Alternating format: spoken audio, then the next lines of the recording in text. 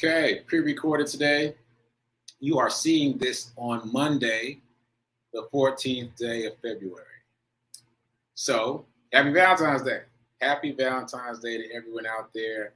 You know what? I think that deserves some fireworks. The red fireworks, right? A little bit of red fireworks for Valentine's Day. Here we go. There we go. So, happy Valentine's Day to everybody. Hope you're having a great Valentine's Day. So this is the 31st episode of season 3 of the Be Your Own Hero show. Hero is an acronym. It means helping everyone reaps optimism. In other words, helping others helps you. It's a reciprocal action. I'm your host. I'm sekouwrites. I'm a professional creative and the creator of the Hero Ministry movement, which is my effort to uplift and inspire people, primarily the unhoused community. Okay, so all that said, just a quick reminder, I am not a personal trainer, nor am I a financial advisor. So take what I say with a grain of salt, do your own due diligence, do your own research, do your own homework. And shout out to New Thought Media Network for allowing me the space and opportunity to be here. And this is their website, ntmedia.org. It is a nonprofit, 501c3. So if you make a donation, it is a tax-deductible donation. So check them out. If this show feeds you in any way, please like it, please comment, please share it, please make a donation, do all the fun things that are listed in the show notes beneath. Okay, so all that said, just a reminder that this is season 3, and season 3 is the doing season. The doing season is all about doing something, actually making a move. So don't just listen to me. Don't just listen to me. Make a move, take some action. And I'm also talking to myself. I'm totally talking to myself because creating this new mindset requires willpower. I'm changing my phrasing. I used to say it's simple but not easy, but I'm letting that phrasing go because I don't want to claim anything is not easy. I don't want to get in the habit of claiming something is not easy. So rephrasing, it requires willpower. Changing your mindset requires willpower. Okay, so all that said, no shout out to the heroes in the chat because this is pre-recorded, but thank you for watching. Thank you for tuning in. You can check out the replay on Facebook and on YouTube. If you watch on YouTube, please like and subscribe because then you'll get a notification on YouTube whenever there's a new episode that pops up. And also, you can see all of the previous episodes. So all of season 1, all of season 2, all of the previous 30 episodes of season 3, they're all available on YouTube so you can binge watch and catch up, watch the journey. Okay, all that said, let's jump into my run streak. So you're seeing this on Monday. That'll be day 259 of my run streak, which means tomorrow, Tuesday, is a milestone day. Milestone day. I count the milestone days mainly on the 10s. Not so much on the 5s, but mainly on the 10s. So over the weekend, I worked out, ran with the Fleet Feet half and full marathon training group. And do I have a story? Yeah, first of all, it's a really big group of people. My barber asked me how big is the group, and I said that, yeah, it's a really big group of people. I'm guessing like maybe 60 people. It's a massive group. And we assembled in North Nashville, and we ran out to Charlotte and down Charlotte, and we discovered this hidden park. And I must have driven past where this park begins a million times and never noticed it. But there's this pathway that leads into the woods, and there's lakes and streams and trees and bridges, and it was lovely back there. And we did a loop back there and came back out, and all of that took us about 5 miles. So very cool. It's also really good to know about that run route for future reference. So that was dope. And it was fun hanging out with the Fleet Feet people, the other people who are training for a half marathon and or training for a full marathon. Big group of folks, everybody's doing different things, and we have different pacers to keep us on our pace for the race that we want to run. So I stuck with the 2:15 pace this time, which is to say that my goal for the half marathon is 2 hours and 15 minutes. So I ran with the 2 hour, 15 minute group, and that's the pace for that group. But it's not the race pace. This is getting a little technical, so I hope this is of interest to someone. But basically, you run at different paces. You run slower than your race pace, you run faster than your race pace, so that on the day of, your race pace feels like nothing. So that's the psychology of it. And Saturday was a slow day, and it was actually hard to run slow because now I've gotten used to moving a little bit faster than the pace was that we set for Saturday. So I had to keep pulling myself back and keep an eye on Antoine, who was the pacer, pulling myself back. And a lot of people in our group weren't able to do it. They just ended up running ahead because they couldn't keep themselves slow. So really interesting how once the body gets worked up, it's harder to run slow. All right, so that was a huge tangent, but I hope it was interesting for some folks out there, this whole journey of running that I'm on. So that said, next thing about running is the charity run. So I shared it with the Fleet Feet group on Saturday, and as of the recording of this show, we're up to 62%. So 62% of the way to our goal, creeping on up. Hopefully by the time you see this, we'll be even further than that. Hopefully by the time you see this, we'll be done. But if not, please share it. Please share it. Please share it. If you see me posting it on social media, please share it and spread the word so that other people can find out about it and donate, so that we can help Mr. Charles get back on his feet. Okay. All that said, let's do the envelope challenge. So I've got my trusty die here. So we're going to roll the dice. Oh,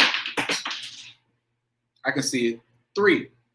The number's 3 for Monday. So that's interesting. I haven't had the number in advance before. So I'm just writing it down. $3 Monday. So that's your number for Monday. You want to transfer $3 from your checking into your savings bucket. And that bucket is being used for investment at whatever point that you determine. Like whatever dollar amount you determine, get up to that dollar amount and then invest it. So that's what we're doing with the envelope challenge.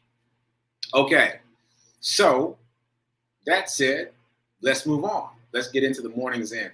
So this is morning's in advance, obviously, because whatever my morning reading is for Monday, I haven't done yet. But my reading from today comes from the 4 Agreements. I'm still reading that book, and I've talked now about 3 of the agreements. So let's talk quickly about the 4th. So the 4 Agreements, just to recap, is a very brief book, but very impactful. And each of these agreements seem really simple, but they require willpower. I caught myself. They require willpower. And shout out to Linda, because Linda actually put this in the chat on Friday. She said these agreements seem simple, but they're not so easy. But we're changing that language to they require willpower. They definitely require willpower. So just to recap the agreements thus far, the first one is be impeccable with your word. Be impeccable with your word. And this primarily relates to you being impeccable with your word to yourself. Keep your promises to yourself and speak to yourself in high esteem. Be impeccable with your word to yourself. Second one, take nothing personally. Take nothing personally. This requires a significant amount of willpower to take nothing personally. Just remind yourself that whatever someone is saying or doing to you is about who they are and about how they're interacting with the world. It's got nothing to do with you. And follow up to that, the book talks about this idea of that person who's saying something negative to you is trying to give you poison. And I think that's a effective way to visualize it. If you visualize someone trying to hand you poison, you're not going to take it, right? You're not going to take the poison that someone's handing out to you. So think about it that way. That's what I've been experimenting with this weekend. Visualizing them physically trying to hand me poison and me refusing the poison. So the idea expressed in the book is once someone expresses poison to you by saying something mean or doing something that provokes you, they are offering you poison. And if you accept the poison becomes yours and it poisons you. It doesn't hurt the other person anymore. It poisons you. So don't accept the poison. Take nothing personally. Okay. Next one. Don't make assumptions. Once again, don't make assumptions. Simple. Sounds really simple, but requires massive amounts of willpower. Requires massive amounts of willpower. I don't know why I can't say amounts today, but it requires massive amounts of willpower to not make assumptions because we do it automatically.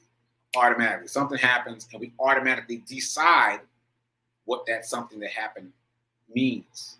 We automatically decide. So the way around this is to ask clarifying questions. Make a habit of asking clarifying questions without any emotion, just gathering more information. And this may seem awkward at first. I know because I've been trying it and it's a little awkward.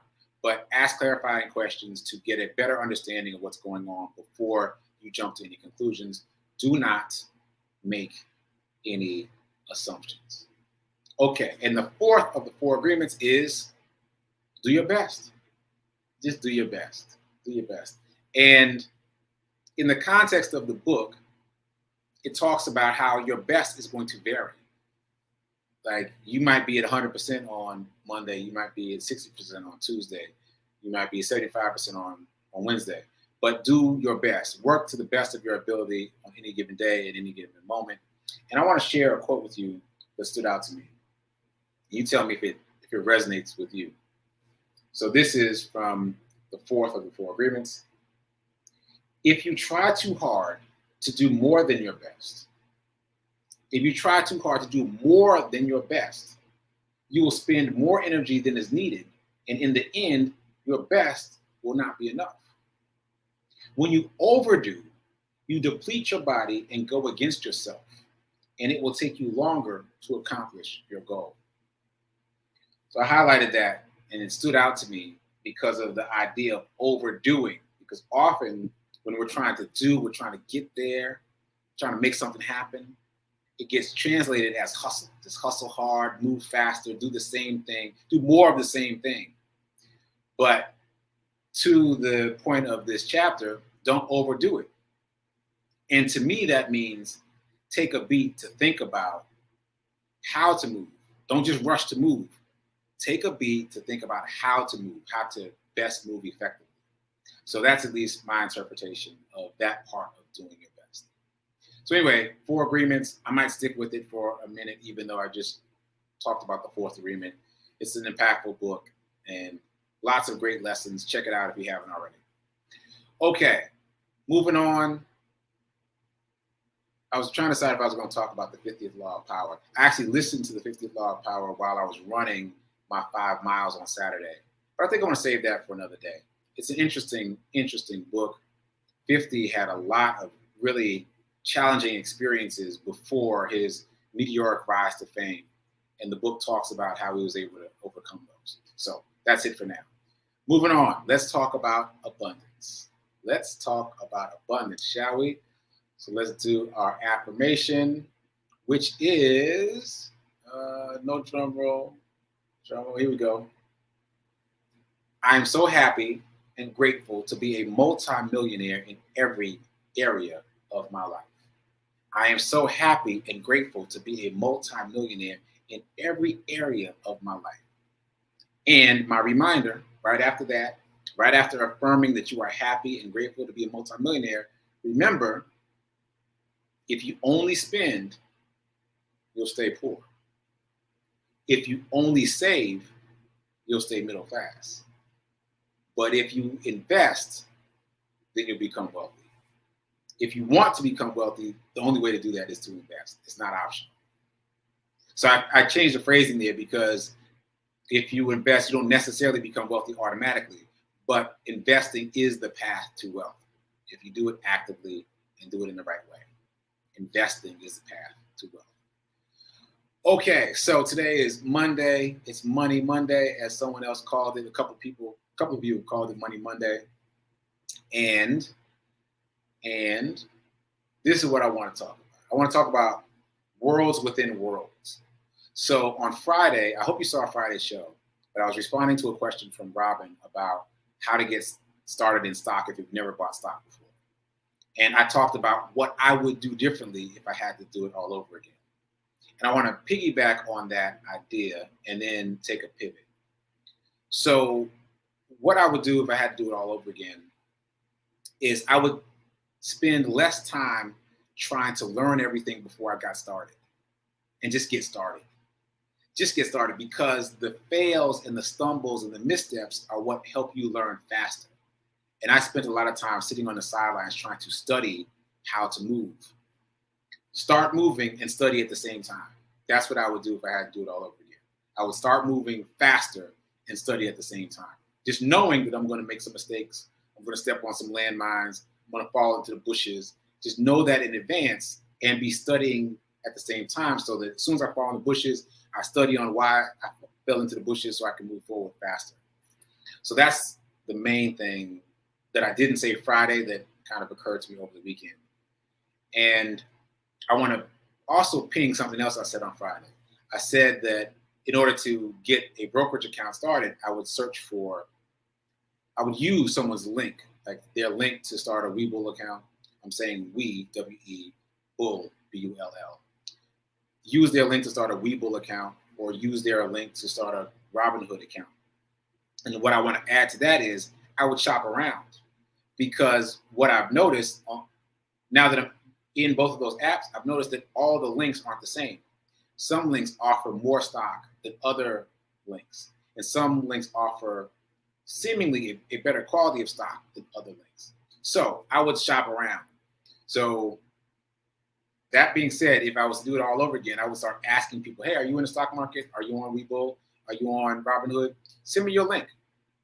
And that's how I would get in fast and easy, like by using their link and getting free stock, so that I'm not funding my brokerage account with only my money. I'm funding it also with theirs. So that has been tremendously helpful for me at this late date.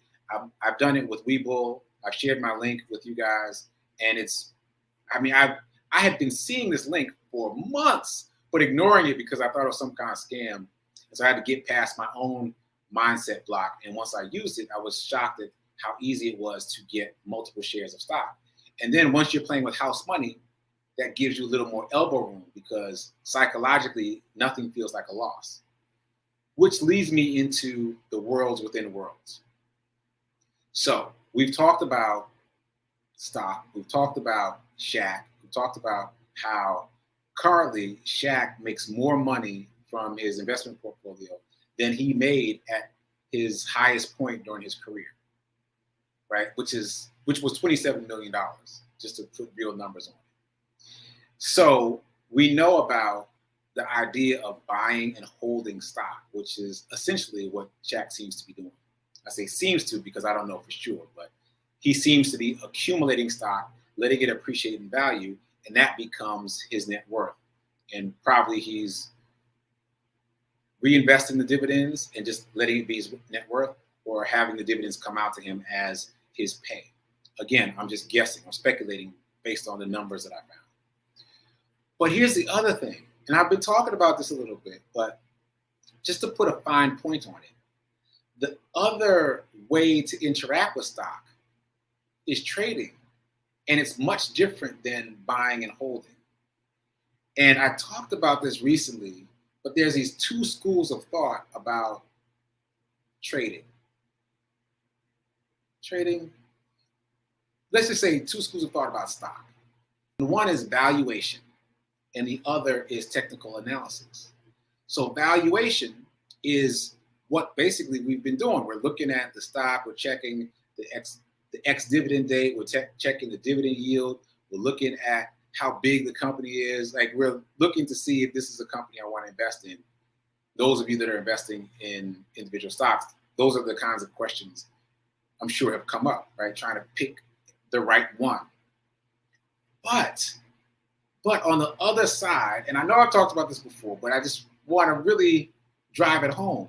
On the other side, the technical analysis people don't care at all what the stocks are. And I mentioned Nicholas Darvis on Friday. Nicholas Darvis, for those of you just joining us, was a famous ballroom dancer in his day.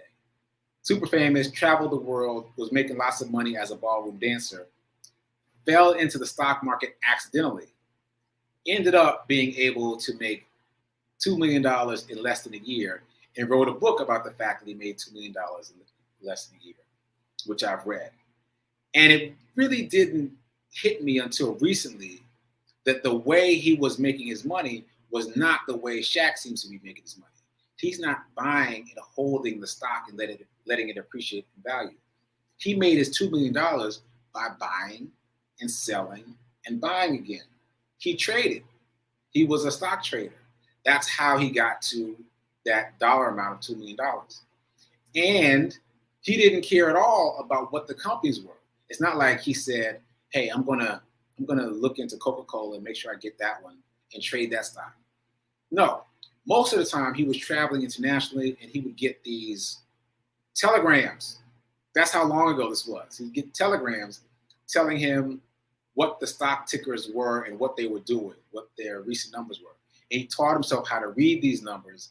And what jumped out at him was how the stock was moving, no matter what the stock was. He didn't even care what the stock was. He would just look to see how it was moving. If it was moving the way he wanted it to, he would acquire that stock and then set it up in such a way that it would sell at a certain amount and buy at a certain amount. And that's how he traded his way to $2 million in less than a year. $2 million in less than a year by trading stocks. And this takes me all the way back to another person I mentioned a long time ago. His name is Truth. He calls himself Truth. He was 14 years old at the time. I think he's still 14. And he is a multi-millionaire, I believe. And he became a stock trader at something like 12 or something. But at the time, I didn't really pay attention to the fact that he was trading. I knew that he was in the market, but that didn't really click for me. But he too is trading. And in his case, he's trading options, which we're not going to get into, but is another financial instrument which you can trade. Here's the very interesting thing. Here is the super interesting thing.